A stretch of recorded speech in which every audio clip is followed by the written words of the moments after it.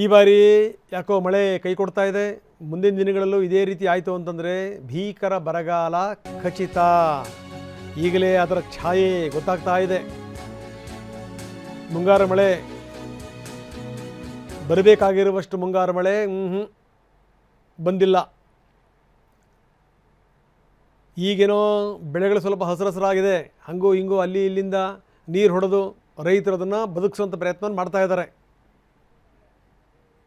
ನಿಧಾನಕ್ಕೆ ಬೆಳೆಗಳು ಒಣಗ್ತಾ ಇವೆ. ಏಳು ತಾಲೂಕಿನ ರೈತರು ಕಂಗಾಲಾಗಿದ್ದಾರೆ, ತಲೆ ಮೇಲೆ ಕೈ ಹೊತ್ಕೊಂಡು ಕೂತ್ಕೊಂಡಿದ್ದಾರೆ. ಬನ್ನಿ, ನಮ್ಮ ಪ್ರತಿನಿಧಿ ಸಂಜೀವ್ ಪಾಂಡ್ರೆ ಅಲ್ಲಿಂದ ಒಂದು ಪ್ರತ್ಯಕ್ಷ ವರದಿ ಕೊಟ್ಟಿದ್ದಾರೆ, ನೋಡೋಣ.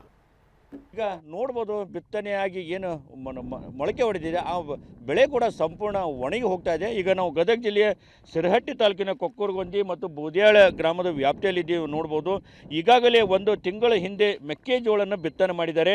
ಸುಮಾರು ಒಂದು ತಿಂಗಳು ಚೆನ್ನಾಗಿ ಮಳೆ ಆಗಿತ್ತಂದರೆ ಸುಮಾರು ನಡುವಷ್ಟು, ಅಂದರೆ ಸುಮಾರು 4 ಫೂಟ್ 5 ಫೂಟ್ ಅಡಿಯಷ್ಟು ಈಗ ಎತ್ತರ ಇರಬೇಕಾದಂಥ ಈ ಒಂದು ಮೆಕ್ಕೆಜೋಳದ ಬೆಳೆ ಈಗ ಕೇವಲ 1 ಅಡಿಯಷ್ಟು ಮಾತ್ರ ಬೆಳೆದಿದೆ. ಅದು ಕೂಡ ಈಗ ಮಳೆ ಇಲ್ಲದೆ ಸಂಪೂರ್ಣ ಬಾಡಿ ಹೋಗ್ತಾ ಇದೆ. ಎಲೆಗಳು ನೋಡ್ಬೋದು, ಎಲ್ಲನೂ ಕೂಡ ಬಾಡಿ ಹೋಗ್ತಾ ಇದೆ. ಹೀಗಾಗಿ ರೈತರು ಮತ್ತೆ ಕಂಗಾಲಾಗಿ ಹೋಗಿದ್ದಾರೆ.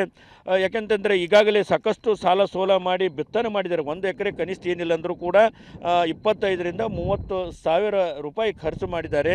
ಅವೆಲ್ಲ ಸ್ವಲ್ಪ ಖರ್ಚು ಮಾಡಿದಂಥ ಬೆಳೆ ಈಗ ಸಂಪೂರ್ಣ ಒಣಗಿ ಹೋಗ್ತಾ ಇದೆ. ಈಗ ಕೈಗೆ ಬಂದು ತುತ್ತ ಅನ್ನುವಂಗಿಲ್ಲ. ಯಾಕೆಂತಂದರೆ ಈಗ ನೆಲ ಬಿಟ್ಟೇ ಹೇಳ್ತಾ ಇಲ್ಲ, ಸಂಪೂರ್ಣ ಬಾಡಿ ಹೋಗಿದೆ. ಹೀಗಾಗಿ ರೈತರು ಮತ್ತೆ ಸಂಕಷ್ಟಕ್ಕೆ ಸಿಲುಕಿದ್ದಾರೆ ಅಂತ ಹೇಳ್ಬೋದು. ಯಾಕಂದರೆ ಮಳೆ ಬಂದರೂ ಕಷ್ಟ, ಬರದೇ ಇದ್ದರೂ ಕಷ್ಟ. ಬಂದರೂ ಒಂದು ಅತಿವೃಷ್ಟಿ ಆಗುತ್ತೆ, ಬರದಿದ್ದರೆ ಅನಾವೃಷ್ಟಿಯಿಂದ ನಾವು ಸಂಪೂರ್ಣ ಹಾಳಾಗ್ತಿದ್ವಿ. ಹೀಗಾಗಿ ಸರ್ಕಾರ ನಮ್ಮ ನೆರವಿಗೆ ಬರಬೇಕು, ಬರಗಾಲ ಅಂತ ಘೋಷಣೆ ಆಗಬೇಕು ಅಂತ ಅನ್ನೋ ಒತ್ತಾಯ ಕೂಡ ಈಗ ರೈತರು ಮಾಡ್ತಾ ಇದ್ದಾರೆ.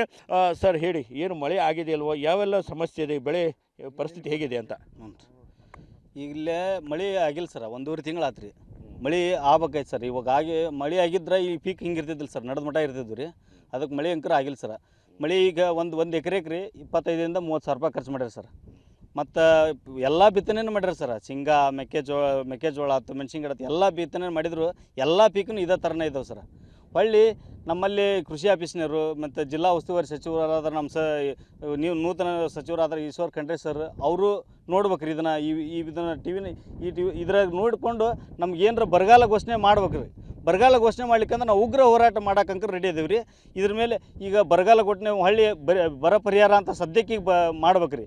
ಹೊಳ್ಳಿ 25-26 ಸಾಲ ಬೆಳೆವನ್ನು ನಮ್ಗೆ ಹಾಕ್ಬೇಕ್ರಿ. ಇನ್ನೂರಿಗೆ ಹಾಕಿಲ್ಲ. ಹೊಳ್ಳಿಗೆ ನಾವು ಬೆಳೆ ಕಟ್ಟೋದು ಬಂದೈತೆ ರೀ. ಮತ್ತು ರೈತರು ಕಟ್ಬೇಕಂತಾರೆ. ಹೊಳ್ಳಿ ಈಗ ರೈತರಿಗೆ ಹೊಳ್ಳಿ ಬೆಳೆ ಕಟ್ಟಕ್ಕೆ ರೊಕ್ಕಿಲ್ರಿ. ಹೊಳ್ಳಿ ಇದನ್ನು ಹರಿಗೆ ಮತ್ತು ಈಗ 1 ಎಕರೆಗೆ 30,000 ಬಂದೈತಲ್ಲ ಸರ್, ಇದನ್ನು ಹರಿಗೆ ಮತ್ತು ಹೊಳ್ಳಿ ಬಿತ್ತಬೇಕ್ರಿ ನಾವು.